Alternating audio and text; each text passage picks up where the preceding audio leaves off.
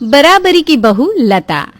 शर्मा परिवार में प्रदीप अपनी पत्नी प्रेमलता, बड़े बेटे सोहन, छोटे बेटे राज और बेटी प्रिया के साथ रहता था। वो लोग बहुत अमीर थे। सोहन के सिवा सबको अपनी अमीरी का बहुत घमंड था। वो गरीबों को बहुत नीच और गिरा हुआ समझते थे। ओह गॉड, दुनिया में कैसे कैसे लोग होते हैं, इनको तो जीना ही नहीं आता, बिल्कुल थर्ड क्लास के लोग हैं। हाँ मम्मी, आप सही कह रहे हो। मैं खुद अपने आसपास ऐसे गरीब लोगों को देखना तक नहीं चाहती हूँ। कैसे गंदे से तो दिखते हैं। क्या हो गया, ऐसा क्या देख लिया आप लोगों ने जो इतना कुछ बोल रहे हो? और कोई गरीब अपनी मर्जी से नहीं होता। बस बस, पहले हमारी बात तो सुन लो, फिर ज्ञान देना। अच्छा ठीक है, बताओ क्या बात है जो आप लोग इतना चिढ़ गए हो? हम लोग मॉल गए थे, तो जब वापस आ रहे थे तो रास्ते में बहुत ट्रैफिक था। ड्राइवर ने शॉर्टकट लिया और हमारी कार एक अजीब से बाजार के बीच में से निकली। और वहां हमने देखा कि एक औरत एक सब्जी वाले से 5 रुपए के लिए लड़ रही थी। ये गरीब लोग कितने कंजूस होते हैं। भला 5 रुपए के लिए कोई क्यों ही लड़ेगा? आता ही क्या है आज के वक्त में 5 रुपए में। सीरियसली मुझे तो देखकर अजीब लग रहा था, कैसे ये लोग अपना वक्त लड़ने में निकाल देते हैं। अरे मम्मी, सबके पास इतने पैसे नहीं होते जितने हमारे पास हैं। उनके लिए 5 रुपए भी बहुत बड़ी चीज है। हम लोग अगर 100 रुपए भी छोड़ दे तो कोई बड़ी बात नहीं है, पर उनके लिए 5 रुपए बहुत है। आपको ऐसे किसी को जज नहीं करना चाहिए। असली अमीर वही है जो गरीब को गरीब ना समझे। अरे भैया, आप तो रहने ही दो। 5 रुपए में भला क्या आता है? क्या कर लेगा इंसान 5 रुपए बचाकर? और जैसे ये सच है कि हम अमीर हैं, वैसे ये भी तो सच है कि वो लोग गरीब हैं। वो आदत की वजह से गरीब है। काम करने के बजाय वो लोग भीख मांगकर गुजारा करते हैं। इसमें उनकी ही गलती है ना। जाने दो, मैं आप लोगों को कुछ नहीं समझा सकता। उस घर में सोहन के अलावा सभी लोग गरीबों को एक एलियन प्रजाति समझते थे। उसी शाम जब दूध वाला आता है तो उसके पैर में मोच आ जाती है। सोहन उसे अंदर बुलाकर सोफे पर बिठा लेता है। अरे ये दूध वाला सोफे पर बैठकर क्या कर रहा है? उठ यहाँ से, जा जाकर दरवाजे पर खड़ा हो। मैं भैया। अरे पापा, उसके पैर में चोट लग गई है, इसलिए मैंने उसे अंदर बुलाया है ताकि मरहम पट्टी कर दूं। ऐसे में बेचारे से तो चला भी नहीं जा रहा। उसे आराम करना चाहिए, पर ये तो दिन भर काम करने वाला है। ऐसे में जख्म ज्यादा हो जाएगा ना। ओह गॉड सोहन, तुम क्या करते रहते हो? मरहम पट्टी करने की क्या जरूरत है? कुछ पैसे दे दो, डॉक्टर के यहाँ जाकर पैर ठीक करा लेगा। तुम क्यों ऐसे लोगों को घर में बुला लेते हो और खुद उनकी सेवा में लग जाते हो जैसे ये गरीब लोग राजा महाराजा हो? हाँ, और नहीं तो क्या भैया। ये लोग पता नहीं कहाँ कहाँ बैठते होंगे, भैंसों को नहलाते होंगे, उनका गोबर उठाते होंगे, और आप इन्हें बुला के सोफे पर बिठा लेती हो। छी छी छी छी। अब तो ये सब गंदा हो गया। इसको फेंक कर नया ही लेकर आना होगा पापा। अब ये हमारे बैठने के लायक नहीं रहा। मैं चाहता हूँ, वरना मेरी वजह से आपका घर भी अशुद्ध हो जाएगा। अरे नहीं नहीं, तुम घबराओ नहीं, बैठे रहो। मैं तुम्हारी मरहम पट्टी कर देता हूँ, फिर जाना। और आप लोग अगर मदद नहीं कर सकते तो जाकर अपना काम करो ना, मुझे मेरा काम करने दो।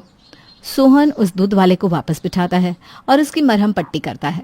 ये देखकर बाकी सबका मुंह बन जाता है। उसके जाने के बाद प्रेमलता कहती है, ये सोफा उठाओ और कबाड़ में फेंकाओ और पूरे हॉल की धुलाई करो। ये अब क्या बोल रही है मम्मी? ऐसा क्या ही हो गया जो आप सोफे ही बाहर फेंकने को कह रही हैं? तुझे अपनी मनमानी करनी थी, तूने कर ली ना। अब अपना मुंह बंद रख। जिस सोफे पर वो दूध वाला बैठा था, मैं उस पर नहीं बैठ सकती। नया सोफा खरीदूंगी मैं। हे भगवान, आप लोगों को तो अब भगवान ही समझा है। तभी सोहन का छोटा भाई राज घर में आता है और चिल्लाकर कहता है, ब्रिंग मी अ टॉवल। कोई है या सारे मर गए? क्या सर? ओह माय गॉड, इन गरीब जाहिलों को इंग्लिश भी नहीं आती। तौलिया तौलिया ले आओ। किसने इनको काम पे रख लिया? ठीक है सर। क्या हो गया बेटा, क्यों गुस्सा कर रहे हो? अरे जैसे ये गरीब वैसे इन गरीबों के बच्चे। अभी बाहर एक गरीब के बच्चे ने मुझ पर कुल्ला कर दिया। मुझे तो बहुत गुस्सा आया, लेकिन करता भी क्या। छी छी छी, कितने गंदे होते हैं ये लोग। जाओ ठीक से नहा लेना। अरे बच्चे तो शरारत करते हैं, इसमें क्या बड़ी बात। बचपन में मैं भी तो ऐसे शैतानियां करता था, कोई बात नहीं। अब तो रहने ही दो भैया, आपको पता नहीं ये गरीब अच्छे कैसे लगते हैं। उनका जीवन ऐसे ही चल रहा था। और फिर एक दिन सोहन एक लड़की से कोर्ट मैरिज करके उसे घर ले आता है। सोहन को लड़की के साथ देखते ही प्रेमलता गुस्से से भर जाती है। ये तूने क्या किया सोहन? शादी करनी थी तो कम से कम हम लोगों को बता तो देता। अगर मैं आप लोगों को बता देता तो आप लोग शादी करनी ही नहीं देते। हम लोग मॉडर्न सोच वाले लोग हैं, हमें लव मैरिज से कोई फर्क नहीं पड़ता। तेरी शादी में करोड़ों रुपया लगाकर ऐसी शादी करती कि पूरी दुनिया देखती कि किसी रईस की शादी हो रही है, लेकिन तूने सब खराब कर दिया। बात लव मैरिज की नहीं है मम्मा। बात यह है कि रीमा अनाथ और गरीब है, पर मैं उससे बहुत प्यार करता हूँ और वो भी मुझसे बहुत प्यार करती है, इसलिए मैंने बिना आपको बताए शादी कर ली। ये सुनकर सोहन के परिवार के सभी सदस्य गुस्सा हो जाते हैं। Oh my God, this is insane. तेरा दिमाग खराब हो गया क्या बेटा? या इस लड़की ने तेरे ऊपर कोई काला जादू किया है? तूने एक गरीब लड़की से शादी कर ली, तूने कुछ भी नहीं सोचा हमारे परिवार की इज्जत के बारे में? अब क्या जवाब दूंगी मैं अपनी किटी पार्टी की सहेलियों को? ये सब तूने क्या किया? कम से कम बहू तो बराबरी की लाता। अरे माँ, इतना क्यों ओवर रिएक्ट कर रही हो? मुझे जो पसंद है मैंने उससे शादी कर ली। दुनिया को दिखाने के लिए शादी नहीं की है मैंने क्या क्या सोच कर रखा था, मेरी भाभी ऐसी होगी वैसी होगी, और आप ये क्या उठा कर लाए हो? कोई स्टैंडर्ड है इनका, देखो तो कैसे कपड़े पहने। प्रिया, तमीज से बात करो। ये भाभी है तुम्हारी, अगर एक और शब्द गलत बोला तो अच्छा नहीं होगा। इसी बात का तो दुख है भैया कि ये हमारी भाभी है। ऐसी भाभी लाए हो आप कि हम किसी से मिलवा भी नहीं सकते। एक गरीब लड़की को भाभी कैसे बोलूं? सोहन, ये तुमने ठीक नहीं किया, पर अब जो हो गया सो हो गया। इसको अंदर लेकर जाओ।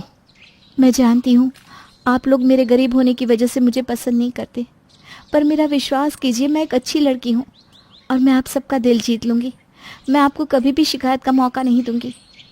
सब लोग रीमा की बात सुनकर भी अनसुना कर देते हैं और वहाँ से चले जाते हैं। उसके बाद सोहन भी रीमा को लेकर अपने कमरे में आ जाता है। मुझे माफ़ कर देना रीमा कि मैं तुम्हें ऐसे परिवार में ले आया। अरे, आपने तो पहले ही बताया था कि आपका परिवार कैसा है। मुझे उनकी कोई बात बुरी नहीं लगी, और आप देखना, जितना प्यार आप मुझे करते ना, आपका परिवार भी मुझसे उतना ही प्यार करेगा एक दिन। रीमा अपने ससुराल में घुलने मिलने की कोशिश करने लगती है, पर उल्टा वो लोग उसका मजाक बनाते हैं। एक दिन प्रिया अपनी सहेलियों के साथ बैठी थी तो वो रीमा से कहती है, भाभी यहाँ तो आना जरा। हाँ बोलो ना, क्या बात है?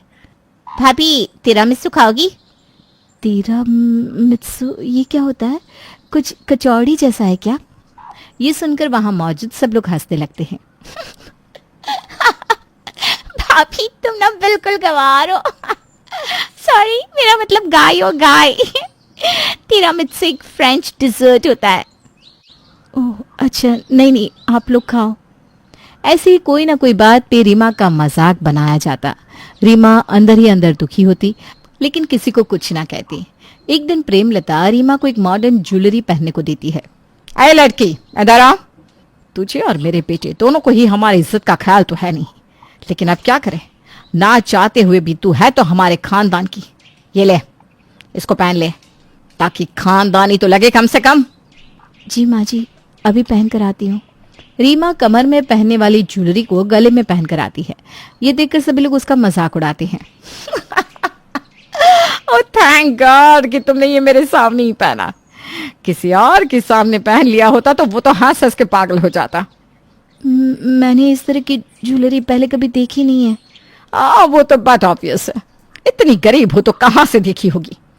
वो लोग रीमा को नीचा दिखाने का कोई मौका नहीं छोड़ते थे, पर रीमा उन बातों पर ज्यादा ध्यान नहीं देती थी और अपने काम से काम रखती थी। वो सुबह सुबह उठकर आरती किया करती, पर उसका देवर राज सुबह सुबह तेज आवाज में गाने बजाता था। देवर जी सुनो ना। हाँ क्या हुआ, बोलो क्या काम है? मैं आरती कर रही हूँ, थोड़ी देर के लिए गाना बंद कर लीजिए ना। अरे प्लीज, सुबह सुबह आरती कौन करता है? और मेरी आदत है हर रोज सुबह गाना बजाने की, मैं बंद नहीं करूंगा। और तुम्हें आरती करनी है तो ठीक है, करो जाकर। मैं तुम्हें रोक तो नहीं रहा हूं ना, तो तुम मुझे क्यों रोक रही हो? रीमा कुछ नहीं बोलती और वापस आकर आरती करने लगती है, और राज गुस्से में गाने की आवाज को और तेज कर देता है, लेकिन रीमा आरती करती रहती है। और थोड़ी देर में तेज आवाज की वजह से म्यूजिक सिस्टम खराब हो जाता है और अब गाना बंद हो जाता है। राज को ना चाहते हुए भी आरती सुननी पड़ती है, और थोड़ी देर में राज को आरती सुनकर मन में गजब की शांति महसूस होती है, इसलिए वो नहाकर आरती में बैठ जाता है। अरे वाह देवर जी, आप भी यहाँ? आप कब आए? मैंने तो देखा ही नहीं। लीजिए प्रसाद खाइए। मैं रोज गाने इसलिए सुनता हूँ क्योंकि उससे मेरा माइंड रिलैक्स होता है, पर आज आरती सुनकर बहुत सुकून मिला। मैं आज से पहले कभी आरती में बैठा ही नहीं था। भगवान के काम में तो सुकून ही सुकून है। सच्चे मन से भक्ति करो तो सुकून मिल ही जाएगा। अब से ना मैं रोज आरती के समय आया करूंगा, और अगर ना हो तो आप मुझे बुला लेना। अगले दिन भी राज आरती के समय आकर बैठ जाता है। जब रीमा आरती कर लेती है तो राज भी आरती करता है। उसे आरती करते देख घर के सभी लोग हैरान रह जाते हैं। आज सूरज किधर से निकला है भैया? ये सब क्या हो रहा है इस घर में? ये रीमा की वजह से हुआ है। मैंने तो पहले ही कहा था ये सबका मन जीत लेगी। यही काम और अच्छा होता अगर तू बहू बराबरी की लाता। माँ, तुम कभी नहीं बदलने वाली। चलो, बहू के आने से कुछ तो अच्छा हुआ, मेरा दूसरा बेटा सुधर गया। अगले दिन प्रिया की कुछ सहेलियां आती हैं और प्रिया उनके लिए एक स्पेशल डिश बनाती है। मम्मी जरा ये टेस्ट करो ना, बताओ कैसी बनी है। ये क्या बना कर रखा है तूने? ऐसा लग रहा है जैसे मैंने 2 दिन की बासी सब्जी खा ली हो। ये कुकिंग वुकिंग तेरे बस की बात नहीं है बेटा, रहने दे। क्यों अपनी सहेलियों को भरी जवानी में मारना चाहती है? प्रेमलता प्रिया का मजाक बनाकर वहां से चली जाती है। प्रिया को बहुत बुरा लगता है और उसे रोना आता है। तभी रीमा वहां आती है। अरे क्या हुआ प्रिया दीदी, आप रो क्यों रही है? क्या बात है? मैं अपनी सहेलियों के लिए कुछ बना रही थी और मुझसे सही नहीं बन पाया, इसलिए मम्मी ने मेरा बहुत मजाक बनाया। अब मैं अपनी सहेलियों को क्या खिलाऊं? मेरी तो बेइज्जती हो जाएगी उनके सामने। अरे बस इतनी सी बात पे आप रो रही हैं, आप फिक्र क्यों करती हैं? आपकी भाभी है ना, आप बस देखती जाओ। रीमा बचे हुए सामान से प्रिया को एक नई तरह की डिश बनाना सिखा देती है, जो कि उसकी सहेलियों को बहुत पसंद आती है। उस दिन के बाद से प्रिया भी अपनी भाभी को पसंद करने लगती है। भाभी, मुझे खाना बनाना बहुत पसंद है, पर मॉम बनाने ही नहीं देती। उन्हें लगता है ये काम छोटे लोग करते हैं। तुम फिक्र ना करो, मैं तुम्हें सिखाऊंगी और तुम सबसे अच्छा खाना बनाओगी और एक दिन शेफ बन जाओगी।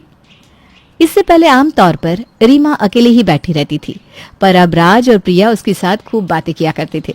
ऐसे ही जब एक शाम रीमा, सोहन, राज और प्रिया बैठकर बातें कर रहे थे तो प्रदीप उनको देखकर सोचता है, मैं तो हमेशा बिजनेस में ही लगा रहा, कभी अपनी फैमिली को सही से टाइम ही नहीं दिया, और इस वजह से ये लोग भी कभी आपस में मिलजुल कर नहीं बैठे।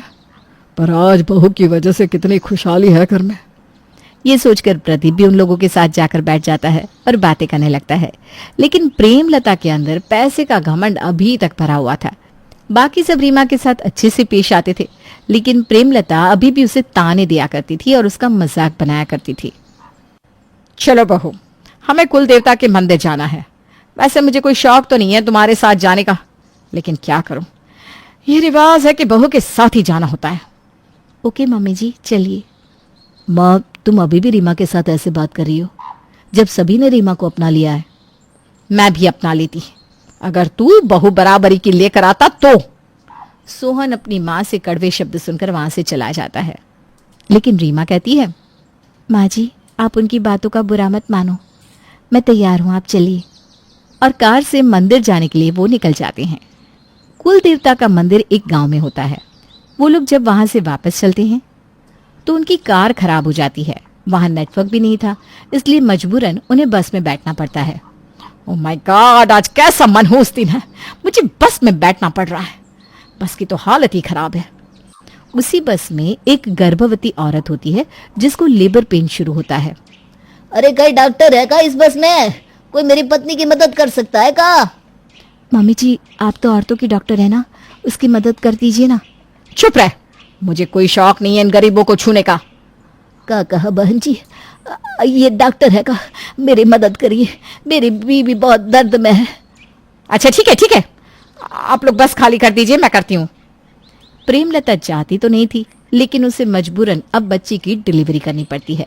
बच्चे के पैदा होने पर सब बहुत खुश होते हैं। गांव के लोग आकर प्रेमलता को तरह तरह की भेंट देते हैं और उसकी बहुत तारीफ करते हैं। मैं तो इन लोगों को जानवर समझती थी, पर ये लोग तो बहुत अच्छे हैं, इनमें और हम में कोई खास फर्क नहीं है।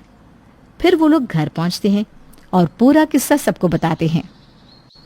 तुमने तो कमाल कर दिया प्रेमलता। कमाल तो असल में बहू ने किया है, मैंने नहीं। बहू ने सिर्फ मेरी नहीं, हम सबकी आंखें खोल दी। हम लोग सिर्फ एक पैसों की वजह से दूसरे लोगों को अपने से बहुत नीचा समझते थे, लेकिन अब मुझे समझ में आ गया है कि हम सब एक जैसे हैं। अगर ऐसी बात है तो मैं आपको एक खुशखबरी देना चाहूंगा कि आपकी बहू इस शहर के बड़े बिजनेसमैन राजवीर की बेटी है। ये सारा नाटक हमने इसलिए किया था ताकि आप लोग सुधर सके। अब तो मेरे दिल में बहू के लिए इज्जत और ज्यादा बढ़ गई है, क्योंकि अमीर होते हुए भी गरीबों का दुख समझना बहुत बड़ी बात है। और उस दिन के बाद उनके परिवार में कोई कलेश नहीं बचता। वो सब लोग खुशी खुशी रहते हैं और फिर कभी भी किसी गरीब का मजाक नहीं बनाते हैं।